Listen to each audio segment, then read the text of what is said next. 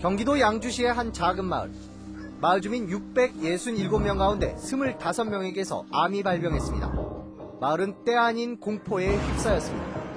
너무 말씀한 12이 죽었어요. 버린 동네죠. 물 주고, 공기 주고, 사람 주고, 다 죽어가는데 뭐. 이게 죽었다면 아니야. 죽었다 하면 암이라고. 암으로 다 죽었어. 92년 변전소가 들어온 이후 집중적으로 암이 발생했다고 주장하는 마을 주민들. 과연 진실은 무엇일까? 근처가 철탑이 생기고 나서는 암 환자가 좀 생기니까 이제 철탑 때문에 암이 생긴다. 5.2 마이크로 테슬라니까 가정에서 평균이 0.2 마이크로 테슬라니까 20배 좀 굉장히 높은 여기는 매우 높습니다. 올해 28살의 김희영 씨. 변전소 앞집에서 나고 자랐습니다. 같이 살던 팔순 할머니까지 뇌종양 판정을 받았습니다. 암 걸리면 다 죽는 줄 알았거든요. 저도 솔직히 그 진단 받았을 때는 나 죽는구나 솔직히 죽고 싶었어요. 역학조사 필요성이 제기되는 가운데 증폭되고 있는 암 발병의 공포. 전자파 때문일까? 아니면 또 다른 원인이 있는 것일까? 이만큼의 요 조그만 동네에서 120가구에서 이렇게 많이 발생되는 거는 우연이 아닌 피전이라는 거를 저는 중요하게 보입니다. 여기 다 죽었다라고 하는 것은 분명히 독성이 있다는 거죠.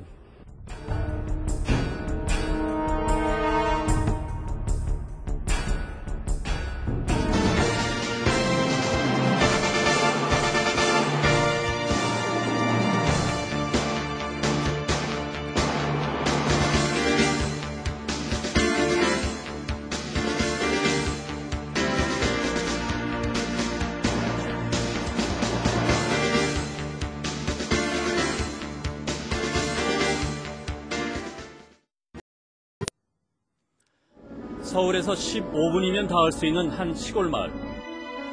해진 뒤의 적막함은 다른 시골 마을과 다르지 않아 보입니다. 그러나 마을 분위기는 심상치 않았습니다. 취재진이 만난 한 주민은 마을 사람들이 죽어간다고 입을 열었습니다. 그 동네가 시방 뒤집은 거예요. 사람이 많이 죽으니까 그냥 생겨나가고 화장터로 가고 그러는 거 보니까 저 건너를 갈 수가 없어요. 무서워서. 사람들이 잇따라 죽어간다며 뒤숭숭해진 마을. 그 한가운데는 벌써 4년째 버려진 폐가도 있었습니다. 또 6분 하신 거죠. 어떻게 해요? 그 형님이랑 형수님이랑 저 따님 3분이랑 또 아들이랑 이렇게 6분 하신 거죠. 깨끗했었죠. 하초들도 많고. 집주인이 암으로 세상을 떠나자 가족들도 마을을 떠났다고 합니다. 그렇죠. 돌아가시자마자 바로 내려가셨지. 이사를 가셨지. 그런 거 있어요? 여기 와서 생일밥도 먹고 놀러도 오고 그런 거죠. 앞집 사이니까. 여기 들어오기가 좀 껄껄하죠. 사람 안 살고 그러니까. 그런데 별 탈 없이 잘 살던 사람들이 암으로 죽어나가는 것은 비단 이 집만의 얘기는 아니라고 했습니다. 15년 상가 안에 한 100여 명은 안 되잖아. 50명에서 한 7, 80분 돌아가셨나? 많이 돌아가셨죠. 그러니까 탑본이 없죠. 동네 그전에는 그렇게 개인기 없었죠. 도대체 무슨 까닭일까? 그는 탑 때문에 마을 사람들이 죽어간다고 했습니다. 흉흉한 소문은 꼬리에 꼬리를 물고 증폭되고 사람들의 불안감도 갈수록 커져가고 있습니다.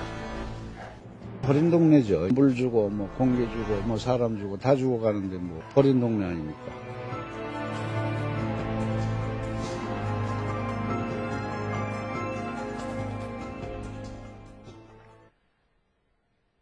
여러분 안녕하십니까? 산 좋고 물 좋은 장수 마을에서 멀쩡히 잘 살던 주민들이 언제부턴가 하나둘 암에 걸려 죽어가기 시작했습니다. 주민들은 마을에 들어선 고압 송전선에서 방출되는 전자파 때문이라고 생각하고 있고 한전은 아무런 과학적 근거가 없다고 맞서고 있습니다. 오늘은 집단 암 발병을 둘러싼 한 장수 마을의 절규를 집중 취재했습니다. 한 집 걸로 암 환자라는 이 마을의 분위기는 한마디로 흉흉했습니다. 원인을 알 수 없는 암에 걸려 고통받고 있는 주민들을 직접 만나봤습니다. 취재진은 이 마을에서 10년 넘게 부녀회장을 지냈다는 한 할머니를 찾아갔습니다. 할머니의 집은 바로 담 하나를 사이에 두고 변전소와 맞닿아 있었습니다. 사마리에서 태어나 사마리 청년과 결혼을 하고 82의 평생을 이곳에서 살아온 이정순 할머니. 딸기 농사를 지으며 비교적 건강했던 할머니에게 이상한 증상이 나타난 것은 5년 전이었다고 합니다. 박자를 찾아가서 그거 보니까 벌써 하나가 다 나와. 뇌종양이라고. 아주 그냥 그전에는 그냥 만날 골치가 아파가지고 세상에 그렇게 골치가 아파서. 할머니는 뇌종양 수술을 받고 몸을 추스린 뒤에야 마을에 암 환자가 그렇게 많다는 걸 새삼 알게 됐다고 합니다. 네.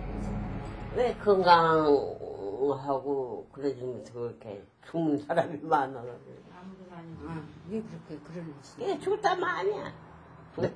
죽었다 하면 암이라고. 암으로 다 죽었어. 그리곤 한참 말이 없던 할머니. 할머니에게는 자신의 건강보다 더 큰 걱정이 있었습니다. 지난해 시집간 올해 28살의 손녀 역시 혈액암에 걸려 투병 중이라는 것입니다. 며칠 뒤 취재진은 친정에 다니러 온 손녀 김희영 씨를 직접 만날 수 있었습니다. 그녀는 할머니의 뇌종양이 발병한 이듬해인 지난 2003년에 암에 걸렸다고 합니다.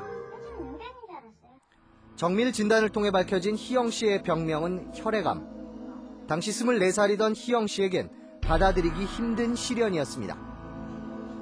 그렇잖아요. 암에 걸리면 다 죽는 줄 알았거든요. 저도 솔직히 그 진단받았을 때는 나 죽는구나 했어요. 솔직히 죽고 싶었어요. 걸렸을 때.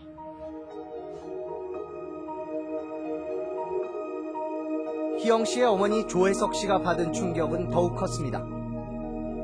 팔순의 시어머니와 20대의 딸이 동시에 암에 걸린 기가 막힌 현실 앞에 조 씨는 할 말을 잊었다고 했습니다. 세상에선 하나밖에 없는 딸인데 그게 20몇 년 동안 건강하고 활발하게 잘 지내다가 갑자기 암이라는 거에 처음엔 믿을 수 없었다고 했습니다. 처음엔 뭐 안 믿었어요. 저는 처음에 안 믿었고 에다가 들어놓은 거에 암 진단비가 우리 딸 통장에 딱 들어온 순간에 그거 보고 내가 3일을 대성통곡을 하고 그랬죠. 진짜구나. 한참 피어날 나이에 독한 항암 치료를 감당해야 하는 딸을 지켜볼 수밖에 없었던 어머니. 약도 요만큼밖에 안 돼. 그 얼마나 독한지 그 한 방만 딱 놓으면 진짜 이 손바닥에 쫙쫙 일어나요. 시퍼렇게. 그게 1분도 안 돼서 싹 죽어. 그랬을 때 애가 얼마나 힘들겠어요. 그러니까 항상 그때 보면 20대나 한 그때 되면 한창 피부 이쁘잖아요. 탄력 있고 피부도. 피는 걸 한 번도 못 봤어요. 자신은 보험 설계사로, 남편은 조경사로 근근히 생활을 이어가던 조 씨 가족에게 두 사람의 병수발에 들어간 수천만 원의 치료비도 감당하기 어려운 부담이었습니다. 게다가 결혼을 앞둔 딸이었기에 더욱 가슴이 아팠다는 조 씨. 시부모들이 또 그런 섹시 얻었냐고 뭐 대성통곡하고 울기도 하고 아들한테 결혼하지 말라고 또 했대요. 그거 알고 있는데 그거 다 이해하시고 받아준 거에 대해서는 그분들한테 진짜 죽을 때까지 은혜는 잊지 않지요, 제가. 지난해 11월 결혼한 희영 씨. 신혼집에서 희영 씨의 남편을 만났습니다. 예, 목사 같으니까 그냥 강력하게 그냥 주장해주고 결혼을 했나. 뭐 집안에 뭐 손 벌리고 뭐 이런 것도 아니고 제가 알아서 한다고 했어요. 그분들이 그냥 알았다. 네 선택에 맡긴다고. 남들처럼 건강한 아기를 낳아 키우는 것이 소원이라는 김 씨 부부. 하지만 할머니의 암도 자신의 암도 원인을 알 수 없는 상황에서 쉽게 결심이 서지 않는다고 했습니다. 자녀 교육은? 아직 몸 때문에. 조금 쉽죠. 근데 아직까지는 모르겠어요. 만약에 기형아라든지 나오면은 그때는 진짜 더 큰일이니까. 암 공포가 마을을 덮치기 전까지 이곳은 물 좋고 공기 맑은 장수 마을이었다고 합니다. 외부 사람도 들어오면은 보통 10년 이상씩 살다가 나가고 동네 자체가 그래. 유명한 농촌 드라마의 초기 촬영지이기도 했습니다. 저는 여기서 이 집에서 많이 해봤지. 저는 여기 촬영 많이 했어요. 그 앞에 딸기밭 해고 뭐고 그 마당 아파트에 딸기 심었는데 다 딸기 심었었거든요. 그러나 변전소와 송전탑이 들어서면서 드라마 촬영은 다른 곳으로 옮겨갔고 그 뒤로 하나둘 암 환자가 생겨나기 시작했다고 합니다. 취재진은 이장을 거쳐 지금은 시의원으로 있는 토박이 장재훈 씨와 함께 마을을 돌아봤습니다. 여기 할머니도 나가셨고. 아, 이 집이요? 예. 아까 내려가시면서 저 모주집 아주머니가 그 유가집이거든. 아. 요 집 폐가 이거고. 여기 아저씨가 여기는 총무 보시다가 총무 보셨는데 암으로 계시다가 그다음에 여기 아저씨는 피부암으로 지금 수술 받아가지고. 산 쪽에 가까운 이른바 윗마을은 얼핏 봐도 한 집 건너 한 집 골로 암 환자가 있을 만큼 집중적으로 암이 발생했습니다. 손을 네알이다 보니까 15명이 넘어가고 20명이 되는 거예요. 야, 이건 무슨 문제가 있다. 그래가지고 동네 와서 몇 분들하고 대화하다 보니까 아, 누구도 암이었어, 누구도 암이었어, 누구도 돌아가셨어, 누구도 돌아가셨어. 그분이 29명 정도가 되는데 그래서 분포도를 만들다 보니까 지금 이 부분입니다. 최근 10여 년 동안 마을 주민 667명 가운데 29명이 암에 걸려 17명이 숨지고 현재 12명이 투병 중이라는 것이 장의원의 조사 결과입니다. 이만큼의 요 조그만 동네에서 120가구에서 이렇게 많이 발생되는 거는 우연이 아닌 피전이라는 거를 저는 중요하죠. 취재진은 마을 골목길에서 한 할머니를 만났습니다. 암 환자가 많은 윗마을에 사는 할머니는 할 말이 있다고 했습니다. 이 마을에서 태어나 이 집에서만 50년을 살았다는 노부부. 노부부는 어떻게든 대책을 세워야 한다며 흉흉한 마을 분위기를 전했습니다. 요 엄마서만 12이 죽었어요. 한 해 죽은 게 아니라 올해 4명 돌아가고 아유 말도 저 아래 거 좀 치면은 1년에 12이 돌아간 적이 있어. 그렇게 많이 돌아갔어요. 그냥 생겨나가고 화장터로 가고 그러는 거 보니까 그렇게 좋지 않더라고요. 할아버지도 요즘 들어 건강이 부쩍 나빠졌다고 했습니다. 아직은 몰라요. 이제 내일 모레 가서 이제 저거 입원하면서 수혈을 하면서 검사를 해야 돼요.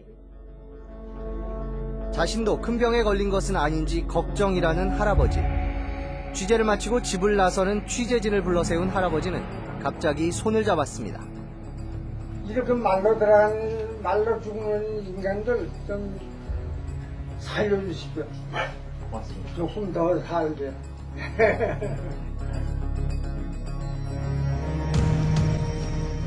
마을의 모형도를 보면 붉은색 바탕의 번호는 암으로 돌아가신 분들의 집이고 파란 바탕의 번호는 현재 암을 앓고 있는 분들의 집입니다. 한눈에 봐도 암 환자가 송전선로 근처에 집중적으로 분포하고 있는 것을 알 수 있습니다. 취재진은 주민들이 암의 원인으로 지목하고 있는 송전선로의 전자파가 정말 어느 정도인지 그 실태를 파헤쳐봤습니다.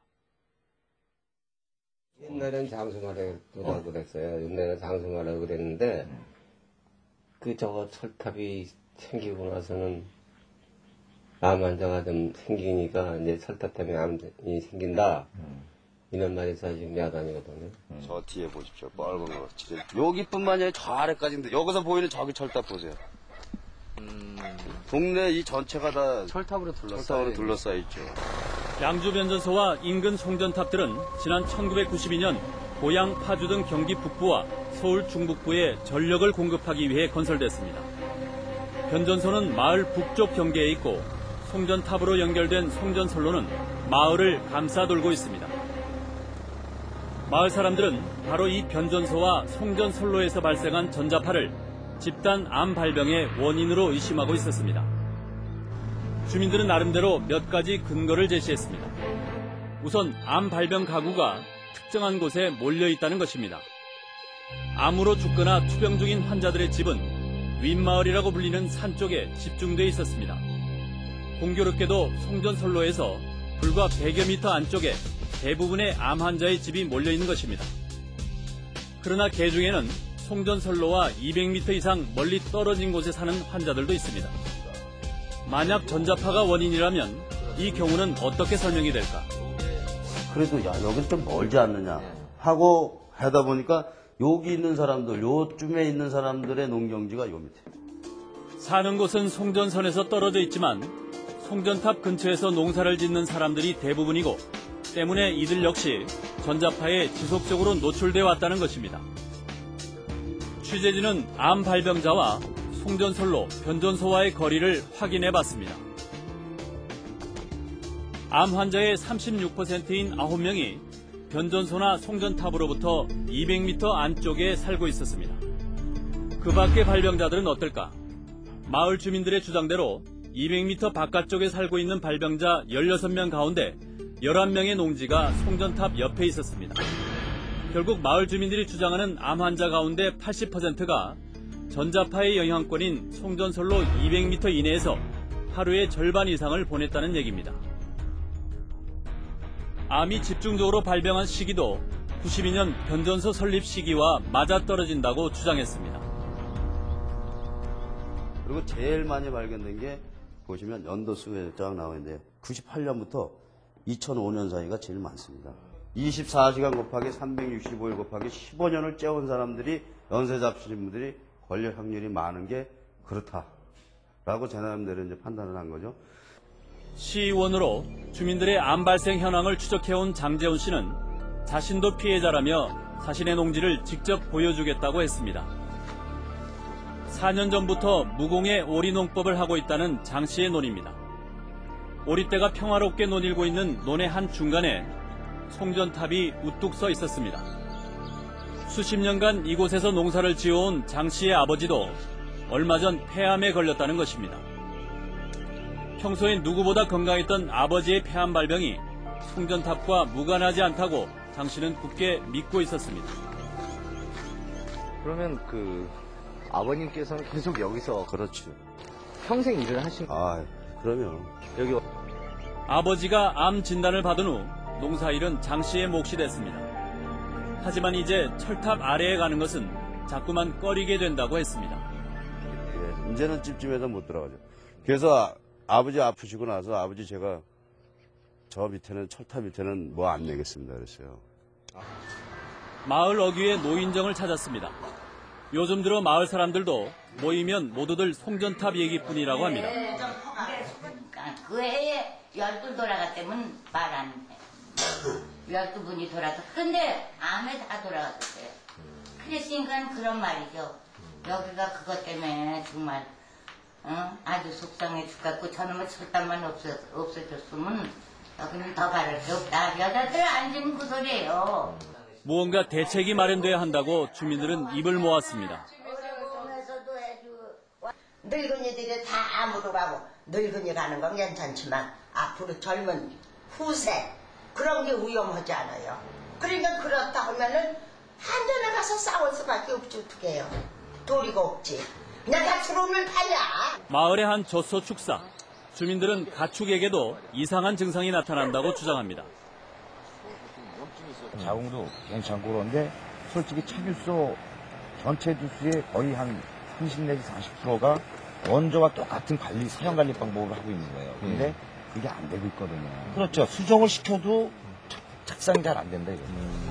알 수 없는 불안감과 확인할 수 없는 소문까지 겹쳐 뒤숭숭해진 마을. 실제로 암 발병률이 주민들의 주장처럼 높은 것일까? 취재진은 전문가의 도움을 얻어 마을 주민들이 주장하는 암 발병자 29명과 그 가족들을 대상으로 직접 면접을 실시했습니다. 할아버님이 지금 연세가 어떻게 되시죠? 네? 연세요. 73. 73이요? 73이면은 태어나실 때부터 여기에 사신 거예요? 그래. 이 집에서? 조사의 신뢰도를 높이기 위해 암 환자는 병원에서 확진을 받은 사람으로 한정하기로 했습니다. 그 결과 암 환자로 확진을 받고 사망한 사람은 15명. 발병 후 투병 중인 환자는 모두 10명으로 조사됐습니다. 주민들의 자체 조사에서 암 환자로 집계됐던 4명은 관련 진단서나 추적 조사가 어려워 암 환자에서 제외한 것입니다. 암 발병률이 얼마나 높은지 알아보기 위해 보건소를 찾았습니다. 그 지역에서 이제 퍼센테이지를 따지면 한 6명이나 7분 정도 현재 환자로서 그렇게 하는 거로만 전국 표를 대비한다면 그렇게 나오는데 평균적인 암 발병률보다 훨씬 높다는 이야기입니다. 주민들이 암의 원인으로 주장하는 송전선의 전자파는 어느 정도나 강한지 취재진은 전문가의 도움을 받아 마을 내 전자파를 실측해 보기로 했습니다. 측정 지점은 모두 15군데. 일반적인 뭐 가정 수준 정도입니다. 네, 그거보다. 집안이라 가지고 가정기구들 뭐 전기도.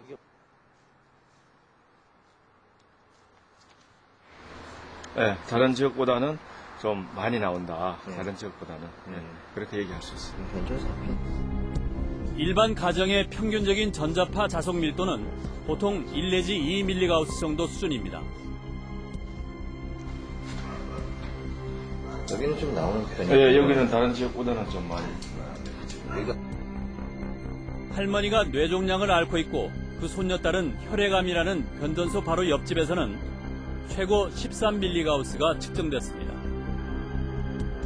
변전소가 가까워서 그래서 그런가 보네. 네. 뭐 거의 하여튼 저기하고 집안이 여기보다 약간 크게 나오는데 아마도 이제 변전소의 영향이지 않을까. 송전탑이 서 있던 장의원의 논 주변. 무려 20mgauss가 넘는 높은 측정치가 나왔습니다. 여기는 센 거죠? 좀 세죠. 네, 당연히. 예를 들어서 더 안쪽으로 들어가면 더 강한가요? 뭐 이게 농사를 여기서 짓진 않으셨겠지, 안에서? 그거 저 안에서 짓다고 봐야죠. 송전탑 바로 아래는 어떨까? 직접 들어가 봤습니다. 30mgauss가 측정됐습니다. 폐암에 걸린 장 씨의 아버지가 논문을 대던 한쪽 뚝방은 이보다 훨씬 높은 50mgauss 이상이 나왔습니다. 이 정도 수치는 다른 어떤 평균적인 것보다는 매우 높죠, 여기가. 한 20배 정도. 20배 정도? 네, 대략 한 5.17, 뭐 5.2 마이크로테슬라니까. 대략 평균, 뭐 이런 가정에서 평균이 0.2 마이크로테슬라니까. 20배 좀 높은. 굉장히 높은 수치. 여기는 매우 높습니다. 마을 주요 지점 15곳에 대한 2차례의 전자파 측정 결과 최하 0.1mgauss에서 최고 52mgauss까지 측정됐습니다. 이번에는 실제 생활 속에서 주민들이 얼마만큼의 전자파에 노출되고 있는지를 알아봤습니다. 취재진은 주민 5명을 선정해서 24시간 평균 노출량을 측정해 보기로 했습니다. 송전탑 아래 논에서 하루 종일 일을 하거나 24시간 송전탑 옆 집안에 머무는 사람은 거의 없습니다. 때문에 측정 장치를 24시간 부착한 뒤에 그 평균치를 계산해 봐야 정확한 노출량을 알 수 있기 때문입니다. 걸어다니면은 뭐 하루 종일 걸어다니면은 뭐 몇 미터나 얼마나 걸었는지 뭐 그런 거 되는 거 있지 않습니까? 그런 거 비슷한 겁니다. 그러니까는 여기다 가방에 넣어가지고요. 어디 가실 때 이게 들고서 이렇게 이도 갖고 다니시면 되거든요. 24시간 뒤 취재진은 연구팀과 함께 다시 마을을 찾았습니다. 변전소 바로 옆집에 사는 이정순 할머니의 전자파 노출량을 확인해봤습니다. 지난 하루 동안 노출된 전자파의 양이 실시간으로 그래프에 나타납니다. 홍경 선생님의 그 완벽한 그 어떤 그 높고 낮은 파동은 보이지가 않고 거기에 이제 변전소가 있으니까 영향은 좀 지속적인 거죠. 그러니까 변전소 바로 옆이라는 주거지의 특성상 하루 종일 높은 전자파에 노출된 것으로 측정됐습니다. 그러니까 일반 가정이라는 게 송전소도 좀 멀리 떨어져 있고 변전소도 좀 멀리 떨어져 있는 데서는 한 1에서 2mg까지 정도 받으십니다. 근데 할머님은 아무래도 송전소도 좀 가까우시고 변전소도 가까우시니까는 9mg까지 받으시니까는 다른 가정에 비해서는 전자파에 대한 노출이 좀 많으신 거죠.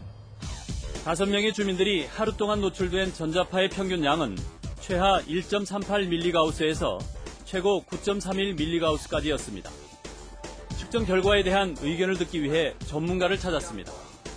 가장 높은 분은 이제 24시간 평균이 9mm 가우스 이상 노출된 것으로 나왔습니다. 우리가 일반적으로 그동안에 뭐 학생들이라든가 주부들이라든가 이렇게 평균 노출값에 비해서는 꽤 높은 값을 나타낸 경우가 이번에 한 3케이스 정도 나온 것 같습니다. 그러나 암 발병과의 연관성은 단정짓기 어렵다고 했습니다. 장기간에 걸쳐서 그런 인과관계를 규명하는 역학조사를 가지고 얘기를 해야만 되기 때문에 이번에 이제 이 지역에 있어서의 전자창 노출량하고 또 이제 그 주민들의 어떤 암 발생과의 관련성을 직접적으로 연관짓기는 매우 어렵지 않나 생각됩니다. 변전소 측에서도 주민들의 주장은 과학적 근거가 부족하다는 입장이었습니다. 변압기 주변은 말할 것도 없고 통제실 내부에서도 평균 10mm 가우스에 가까운 전자파가 방출되고 있지만 근무자들은 모두 건강하다는 것입니다. 우리 직원들이 계속 24시간 상주하고 근무하는 데가 한 10mm 가우스 이렇게 나옵니다. 지금 이 자리가. 그 다음에 이제 순시하는 데는 아까 보셨지만 상당히 많은 전자파가 나오고 있죠. 그래서 지금 저희가 볼 때는 지금 상당히 적다. 그래서 전자파에 대한 영향은 거의 없을 거다. 이렇게 설명드리겠습니다. 취재를 도와준 전문가들은 이 마을의 전자파 노출량이 평균보다 훨씬 높은 수준이라는 점에는 이견이 없다고 했습니다. 하지만 전자파가 암의 원인인지에 대해서는 과학적으로 아무런 결론이 나 있지 않습니다. 취재진은 집단적인 암 발병의 또 다른 원인은 없는지 여러 가능성들을 집중적으로 추적해봤습니다. 지난 11일 주민대표, 환경단체 대표, 그리고 취재진이 한자리에 모였습니다. 집단 암 발병의 실태 파악을 위해 설문조사를 벌이기로 했습니다. 이 성별, 이건 거주력, 이거 두 개는 직업력, 그다음에 암 관련, 기타. 특히 암의 가족력이나 식습관 등 전자파 이외에 발병 원인이 있을 가능성을 배제하지 않았습니다. 취재진은 조사 대상자 25명 가운데 조사가 가능한 22명에 대해 설문조사를 실시했습니다. 형제분들이나 뭐 사촌분들 암이신 분 있으세요? 우리 동생, 막내 동생밖에 없어요. 할머니 막내 동생? 아니 우리 서주, 그러니까 시동생이지. 그러니까 그러면- 우리 영감님 동생. 먼저 암과 관련한 가족력부터 살펴봤습니다. 가족력이 없다고 답변한 사람은 15명, 있다고 답변한 사람은 7명으로 조사됐습니다. 음식 섭취와 관련해서도 암을 유발할 만한 식습관은 없는 것으로 조사됐습니다. 식습관에서는 이제 불에 구운 음식을 많이 먹는 편이다가 2명, 그렇지 않다가 18명. 대부분이 이게 불에 태운 음식이 PAH라고 그래서 이제 발암물질에 노출되는 게 있는데 그걸 의심하는 것도 가능성이 떨어지고요. 그런데 주민 대다수가 오랫동안 주로 지하수를 마셔온 것으로 드러났습니다. 취재 기간 내내 지하수에 대해서 의심의 눈길을 보내는 마을 주민도 적지 않았습니다. 밀집지렁기가 있거든요. 근데 철분 때문에 그러더라고 했는데 나는 여기 물이 나빠서 물을 좀 이렇게 상수도를 얼른 끓여 먹을 수 있게 물이 그래도 생명과 연관된 부분이잖아요. 취재진은 주민들이 사용하고 있는 지하수의 수질 검사를 해보기로 했습니다. 일반 미생물과 중금속, 농약 성분 등 총 43개 항목의 검사를 맡겼습니다. 물에서 발암물질이 대량 검출될 경우 암 발병의 원인이 쉽게 풀릴 수도 있습니다. 암 환자가 있는 가구를 중심으로 관정이 다른 10곳에서 각 2리터씩의 지하수를 담아 수돗물 분석 연구센터로 보냈습니다. 2주 뒤 지하수에 대한 분석 결과가 도착했습니다. 2개 시료에서 질산성 질소가 14.1, 14.4mg/L로 기준치인 10mg/L를 넘었습니다. 그러나 뚜렷한 발암물질은 없었고 전반적인 수질에도 문제가 없었습니다. 일반 수질 분석 결과에서는 특별한 이상 결과를 찾을 수 없었고요. 그래서 특별한 중금속이나 희발성 유기 오염 물질들 같은 것들이 유해한 화학 물질들이 없는 것으로 분석되었고요. 이번에는 토양 분석을 해보기로 했습니다. 토양 분석 전문가인 서울대 이군택 교수. 지난 2일 마을을 둘러본 이 교수는 주변에 공장이나 축사 등 발암물질이 배출될 만한 요인은 없는 것 같다고 했습니다. 단지 변압기의 절연체에서 흘러나올 수 있는 PCB라는 발암물질을 살펴보기로 했습니다. 상식적으로 변전소 하면은 제일 첫 번에 생각되는 오염물질은 PCB예요. 보통 여러 데가 있으면 의심스러운 건 이제 변압기 안에 절연 요소에 들은 PCB 같은 것들 그런 것들이 이제 문제가 되는데 그게 이제 저기서 뭐 바깥으로 유출됐을 가능성이 있는지 없는지를 변압기 주변 토양에서 1개 샘플을 채취하고 4군데 지하수를 채취했습니다. 열흘 뒤 결과가 나왔습니다. 지하수로 오염이 될 수 있는 가능성 있는 물질들을 한번 찾아서 한 게 이제 BTX하고 PCB 그리고 TCPC, 트리크로에틸렌 테트라크로에틸렌이라는 물질을 했는데 그것도 역시 검출되지 않았습니다. 물도 깨끗하고 흙도 깨끗했습니다. 마을 주민들이 주장하고 있는 전자파를 제외하고는 암을 일으킬 만한 요인이 없는 상황. 취재진은 마지막으로 수질을 한 번 더 조사해보기로 했습니다. 지난 3일 서울대학교 보건대학원. 취재진은 물벼룩으로 물의 독성을 알아보는 실험을 의뢰했습니다. 데프니아 매그나라는 물벼룩으로 시행되는 실험은 미국 환경보호청의 표준 독성 시험법입니다. 미국에서는 80년대부터 시작됐지만 우리나라에서는 지난 1월 이 방법에 의한 수질 관리가 처음 입법 예고된 최신 시험법입니다. 우리가 수질하는 음용수 기준에서 보는 게 한 50개밖에 안 되니까 근데 우리가 쓰는 물질은 뭐 몇만 가지가 되니까 그런 것들의 독성을 50개만 가지고 다 판단하기는 어려운 거니까 그런 것들을 종합적으로 판단한다는 측면에서 생물 독성 시험을 우리가 하거든요. 암 발병 가구 3곳의 지하수, 그리고 이와 비교하기 위해 일반 가정 지하수 2곳 등 모두 5곳의 물을 받았습니다. 지난 2일부터 2, 3일 간격으로 5가구의 물을 받아 각 4차례씩 모두 20번의 실험이 진행됐습니다. 물벼룩이 번식을 하지 않거나 혹은 번식 속도가 느릴 경우 독성이 있을 수 있다는 판단이 내려집니다. 물벼룩이 죽어버리면 물론 독성이 더 강하다는 얘기입니다. 첫 실험으로부터 열흘 뒤 의외의 결과가 나왔습니다. 번식은커녕 물벼룩이 죽어버렸다는 것입니다.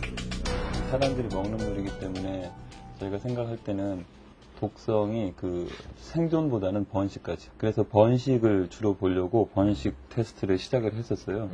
근데 그렇게 하다 보니까 좀 죽는 게 생겨가지고. 문제가 생긴 곳은 2번, 4번, 5번. 2번과 5번은 변전소 인근의 지하수였습니다. 그리고 5번 집은 암 환자가 2명이고 4번 집은 3명이 암에 걸렸습니다.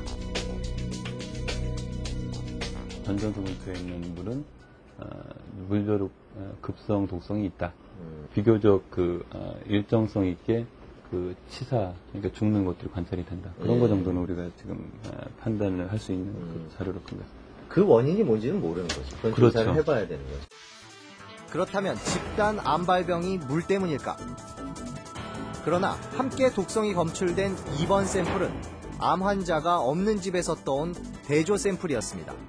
또 암 환자가 있는 3번 샘플은 지하수 때문이라면 독성이 검출돼야 하지만 오히려 물에는 문제가 없었습니다. 결국 몇몇 지하수에 알 수 없는 독성은 있었지만 이 역시 집단적인 암 발병의 공통적인 요인으로 보기에는 부족했습니다.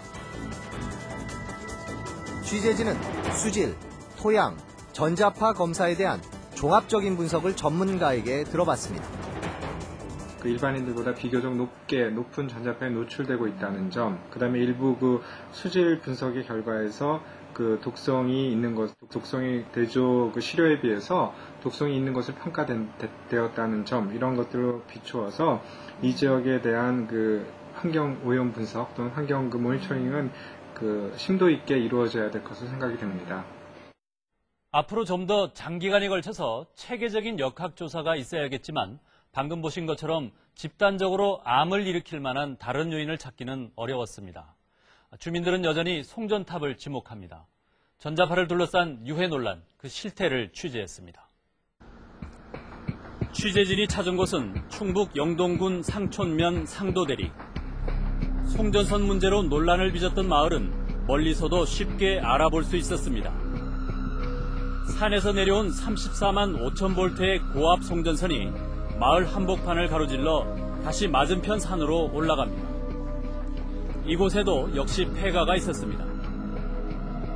송전선 바로 아래 20년 전 집주인이 떠난 뒤 지금까지 버려져 있는 폐가에는 방마다 가득 찬 거미줄과 녹슨 자물쇠만 덩그러니 남아서 을씨년스러운 분위기였습니다. 전선 때문에 못 살겠다고 이거 빨래줄에 그 시기가 손이 떨린다고 뭐 이래서 갔는데 비가 오면 막 불이 그치그치그치 어째 하는 게 막 소리가 왕 하고 난리가 난다고. 그런 게 우산 쓰고 가면 우산이 더석더석하고 막. 이 마을에 송전탑이 들어선 것은 지난 1974년. 높이 12m의 송전탑에 연결된 송전선로는 낮은 곳은 불과 9m의 높이로 손에 닿을 듯 마을 위를 관통했습니다. 이 마을에 전기가 안 들어왔거든요. 그래서 이 고압 철탑이라도 지나가면 전기가 빨리 올까 싶어가지고. 그래서 우리가 이제 전기에 전자파라든가 이런 거는 전혀 무리 아니니까. 주민들의 바람대로 송전탑이 설치된 이듬해 전기는 들어왔습니다. 그런데 그 뒤부터 마을에 암 환자가 하나둘 늘어나면서 주민들은 동요하기 시작했다고 합니다. 이거 한 1년 있다가 그만 뜬 그때부터 앓기 시작해가지고 그래 뭐 이거 뭔지도 모르고 이제 병이 무슨 병인지도 모르고 그 가서 진짜라 암이라고 전부 암으로 11을 죽었어요. 10집 안쪽에 한 집에 하나 꼴 더 죽었어요. 이 마을에 사는 주민은 모두 23명. 그중 암 환자는 무려 11명이었습니다. 경부고속도로를 빠져나와 1시간 이상 산속으로 들어가서야 도착할 수 있는 산골마을. 그 유명한 물안 계곡의 끝자락에 자리 잡아 공기 좋고 물 좋기로 소문난 상도대리에 집단적으로 암을 유발할 만한 오염원은 없어 보였습니다. 그런데도 마을 주민의 절반 가까이가 암에 걸리면서 뒤늦게 전자파를 의심하기 시작했다고 합니다. 그래 젊은 사람들이 자꾸 죽은 게 이제 이게 원인이다 이러더니 젊은 아들이 그렇게 죽었어. 뭐 60대, 70대, 70도 아니죠. 50대 뭐 이런 아들이. 주민들은 1999년부터 송전탑의 이전을 요구했습니다. 우리 이제 못 살겠다고 뭐 떠난다고 뭐 이걸 임기 중은 살고 그러면 못 산다고 그랬었고 그래 이제 저런 집은 하나는 그만 참말로 이사도 가고 그랬지 뭐. 암 환자들이 차례로 죽고 참다 못한 몇몇 주민들은 제발로 떠났지만 한전은 과학적 근거가 없다는 말만 되풀이했다고 합니다. 주민들은 결국 국민고충처리위원회에 도움을 호소했습니다. 고충처리위원회에서 중재를 하고 우리 주민들이 그것 때문에 여러 차례 반대를 하고 반대를 해서 이거 뜯어옮기라 하니까 뜯어옮길 수는 없고 높이는 준다 이제 이런 절대 옮기지는 못한다. 7년 동안이나 갈등을 빚어온 한전과 마을 주민들은 지난해 5월에서야 송전선을 지표에서 30m 이상 높이기로 합의했습니다. 주민들은 그나마 꿈쩍도 않던 한전이 반응을 보였다며 긍정적으로 받아들였습니다. 전자파가 이제 거리가 멀수록 좀 떨어지지 않습니까? 그러니까 그 전기 회사들은 이제 좀 낫지 뭐. 그 사람들 말은 이거 여기에 대해서 암이라 하는 게 절대 난설이지. 여기에 대해서 조금 더 그건 염려 말을 하다. 결국 전자파의 유해성을 인정한 것은 아니었던 것입니다. 주민 건강을 생각했다는 것은 주민들의 생각일 뿐 합의서는 마을 주민들의 영농 활동과 통행에 지장을 주기 때문에 30m 이상 높인다고 못 박았습니다. 높이가 낮아서 생활이 불편하니까 보도만 올려주겠다는 것입니다. 국민고충처리위원회에 제기된 전자파 관련 민원은 지난해에만 27건, 전체 전력 분야 민원의 10% 정도입니다. 하지만 전자파의 유해성에 대한 과학적 결론이 나지 않은 상태여서 피해 자체를 인정받기가 사실상 불가능합니다. 객관적으로 이제 전자파로 인한 피해라는 게 인정이 될 수 있어야 되는데 그게 지금 현재까지 이제 그 그 과학자들 연구 결과로 봤을 때는 이제 이 객관적인 이제 인정이 안 되고 있기 때문에 그걸로 인해서 이제 발생하는 손해에 대해서 이 배상해주기는 이제 어려운 그런 일입니다. 전자파는 인간에게 유해한가 무해한가? 지난 50여 년간 관련 학계는 이 문제를 두고 치열한 논쟁을 벌여왔습니다. 그렇다면 우리 정부의 입장은 어떨까? 지난 2001년 환경부는 환경정책기본법을 개정하면서 전자파를 유해물질 항목에 포함시키려고 했지만 실패했습니다. 그때 이제 저희가 2001년도에 그 입법 예고까지 해서 시도는 했습니다만 저희가 이제 관계 부처라든가 관계 기관의 그 반대로 성공을 하지는 못했습니다. 전자파의 유해성 여부에 대해서 환경부와 다른 부처의 시각이 전혀 달랐던 것입니다. 산자부가 반대하고 이런 것이 아니고 환경부가 그런 어떤 근거가 없이 자기네 유해 생활 환경 이런 거를 정하겠다 이래서 어떤 종류의 그 연구나 이런 결과치나 표준을 가지고 정하느냐 그랬더니 무슨 용역 몇 달 한 거 가지고 하겠다 이거예요. 환경부가 그 내용도 모르면서 그런 거를 갖다가 어떤 하는 거는 무리하다 이랬던 거죠. 그러나 최근의 경향은 전자파가 인간에게 유해할 수 있다는 가능성에 좀 더 무게를 두고 있습니다. 지난달 18일 세계보건기구는 전자파 환경보건기준이라는 보고서를 발표했습니다. 전자파의 인체 영향에 대한 연구를 총망라해 지난 10년간 분석한 결과를 종합한 최초의 국제 지침입니다.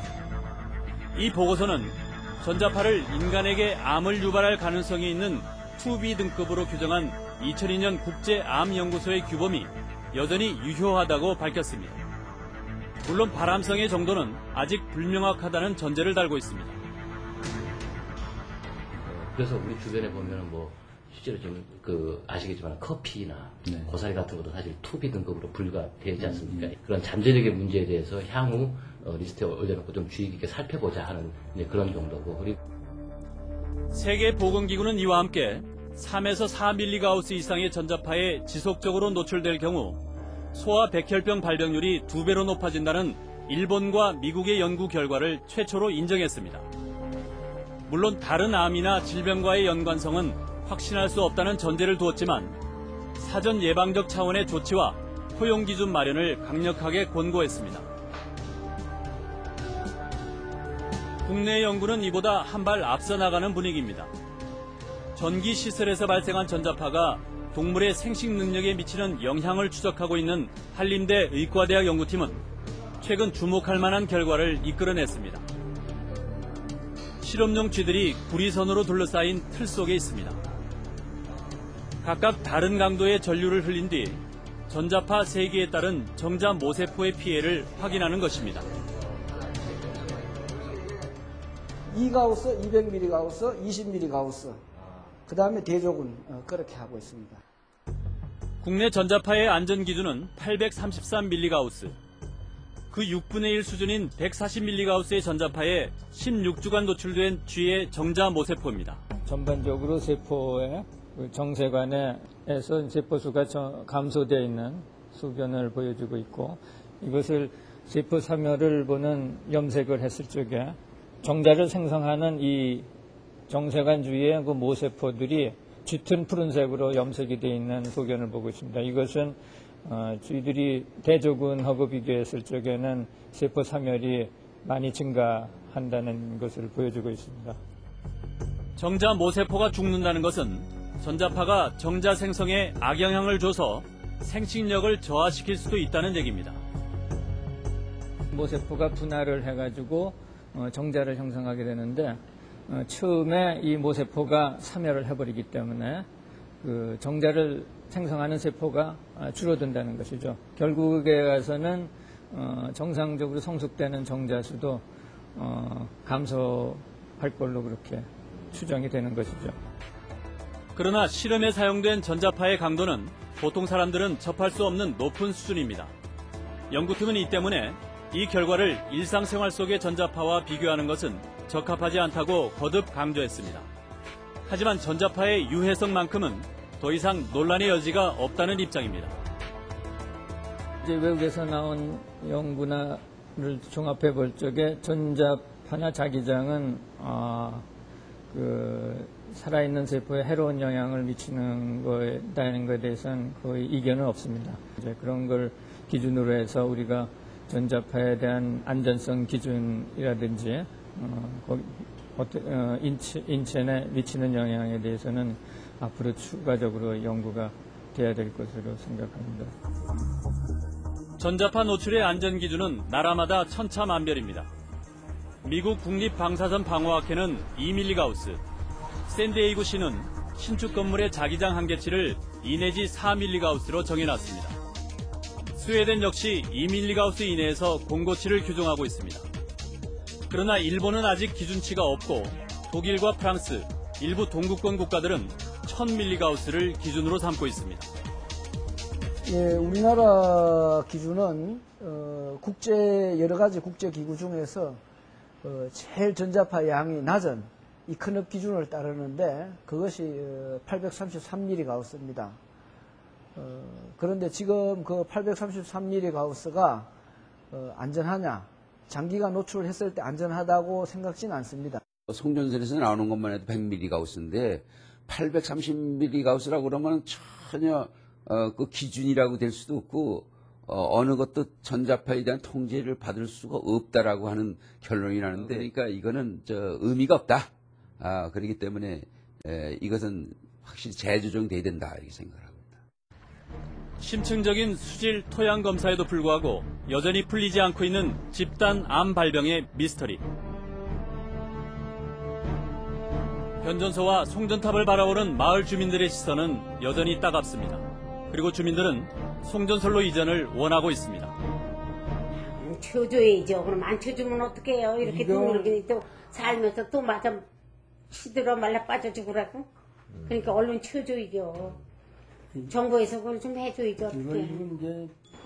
그러나 한전의 입장은 단호합니다.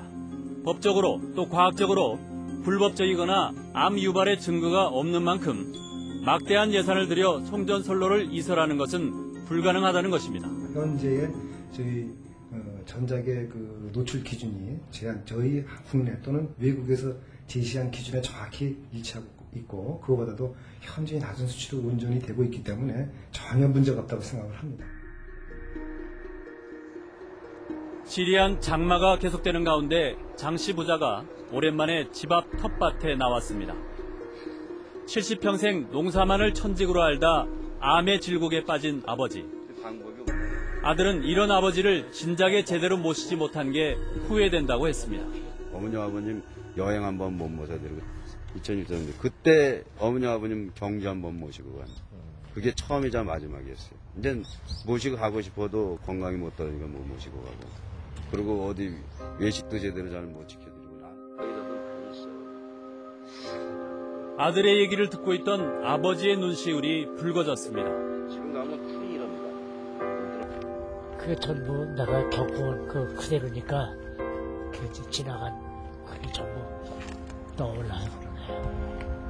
그리고 참 많이 약해졌어요. 내가 이러다 보니까 심약해지고 조금 모르는 생각만 떠올리면 눈물부터 나오니까요. 이렇게 눈물 나오는 거예요. 왜 이런 일 없이 지속이 됐었죠?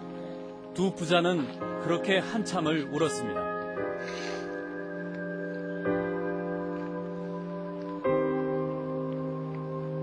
아직도 농사에 미련을 버리지 못한 천상농사꾼 아버지.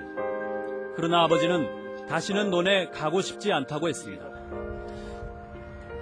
그래서 마음이 그 보기조차도 지금 싫네요. 아까도 말씀드렸다시피 그 논에 가고 싶은 생각도 없어요. 아마 내가 마음이 그렇지 않다 그러면 벌써 아마 논에 그 벼가 어떻게 됐고 우리는 지금 어떻게 잘하고 있고 이걸 보고 싶어서 아마 갔을 거예요. 근데 이건 가기가 싫어요. 함께 우산을 쓰고 돌아서는 아버지와 아들. 다시 농사 얘기가 시작됩니다. 그리고 아직 버렸네. 아니야, 지금도 약 잘 쳐서 병 잡으면은 먹을 건 나겠지. 아, 이제 시작인데 뭐.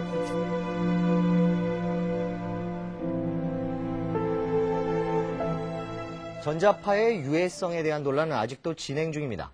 그러나 많은 전문가들은 장기간 전자파에 노출됐을 때 어떤 결과가 초래될지 알 수 없기 때문에 사전 예방적 주의 조치가 반드시 이루어져야 한다고 말하고 있습니다.